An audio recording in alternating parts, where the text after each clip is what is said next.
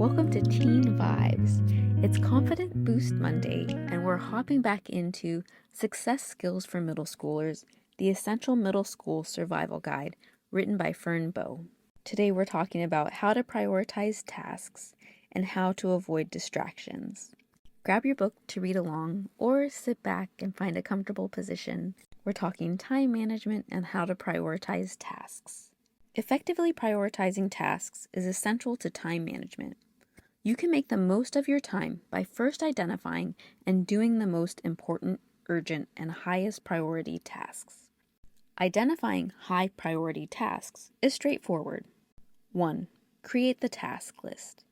Write down all the tasks you must complete and include the due date. 2. Using the ABC method. Prioritize tasks based on their importance using the ABC method. Assign the most critical task the letter A. Less essential tasks, B, and non-essential tasks, or things that are nice to do but that you can technically go without, a letter C. Finally, number them in order of importance. 3. Schedule high priority tasks first. High priority activities should be added to your schedule first and done during your most productive hours to ensure they're completed on time and to the best of your ability. For example, a school project due soon would be regarded as high priority, A, while going to the mall with friends can wait until later, so it would be assigned a lower priority, C. Learning how to prioritize. 1. Write down all the tasks you need to complete. Here's an example. Finish math homework, go to the mall with friends, study for a science test, complete a book report. 2. Use the ABC method to prioritize your tasks. My priorities plan. A1. Finish math homework, due tomorrow. A2. Study for a science test, due in 2 days. B1. Complete book report, due next week. C1. Go to the mall with friends, this weekend. Of course, making the most of your time and prioritizing effectively also requires you to sometimes say no and to cut out some of the time-wasting activities. Let's look at both of these. How to reduce time-wasting activities. One way to make more time for things you want to do is by cutting out or reducing time-wasting activities, like checking social media, browsing the internet, or binge-watching TV shows. These activities can be enjoyed in moderation, but spending too much time on them may be unproductive and get in the way of completing important tasks. Here's what you should do. 1. Create a plan. Decide when and for how long you'll do these activities each day. Set specific time and daily limits for yourself. For example, I will only check social media for a maximum of 30 minutes a day. 2. Schedule time. Create time in your daily schedule for these activities. 3. Stick to your schedule. Stick to your daily or weekly program. How to say no. Sometimes, people ask you to do things you aren't interested in. For example, a friend might ask you to go see a movie you don't think you'll enjoy, or someone might ask for help with a project when you already are short on time. Whatever the situation, it's important to remember that you always have the right to say no. How to say no. Here are some tips on how to say no politely and effectively. 1. Be polite and confident. Be polite and confident when declining an invitation. 2. Suggest an alternative.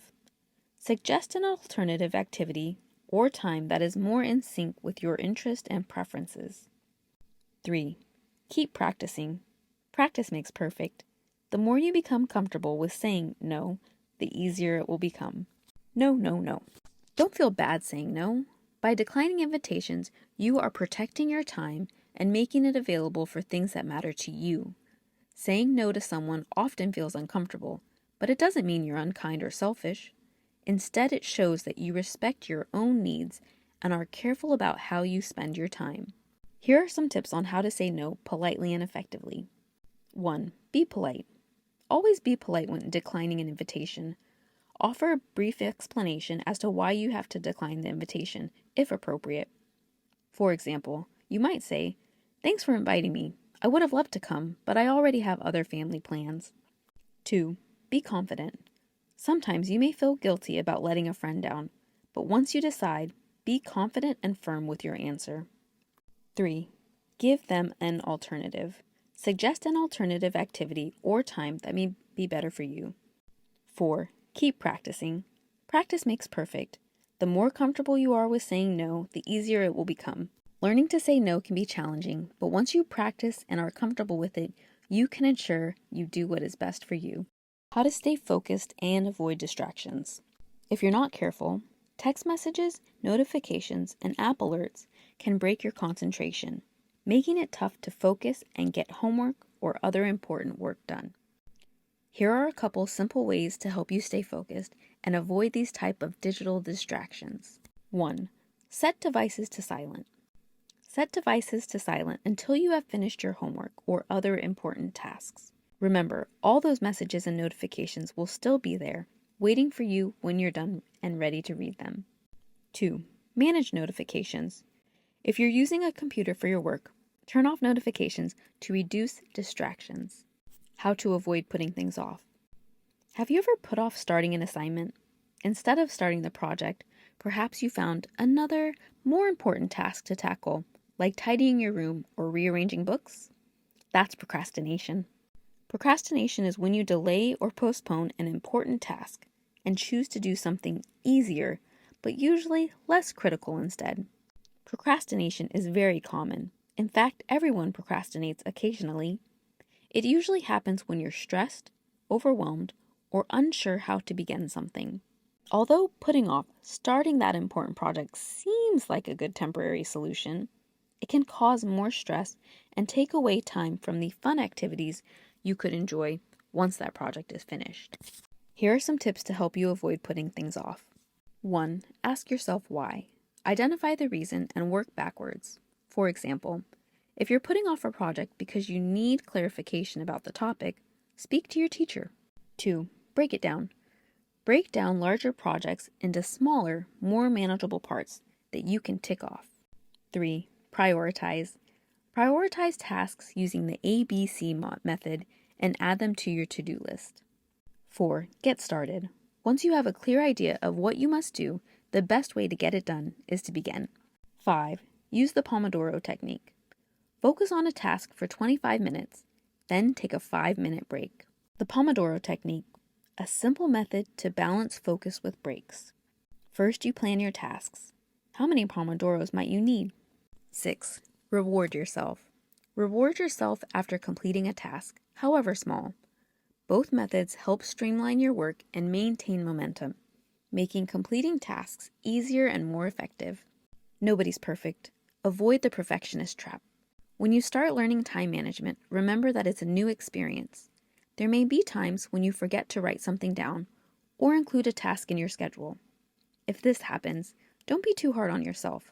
Nobody is perfect, and your time management skills will improve with practice. Stay positive, keep learning, and make changes as you go. You'll be a time management superstar in no time. Thanks for listening. If you want more, subscribe and tune in on Wednesday when we read Chapter 3, Staying Organized.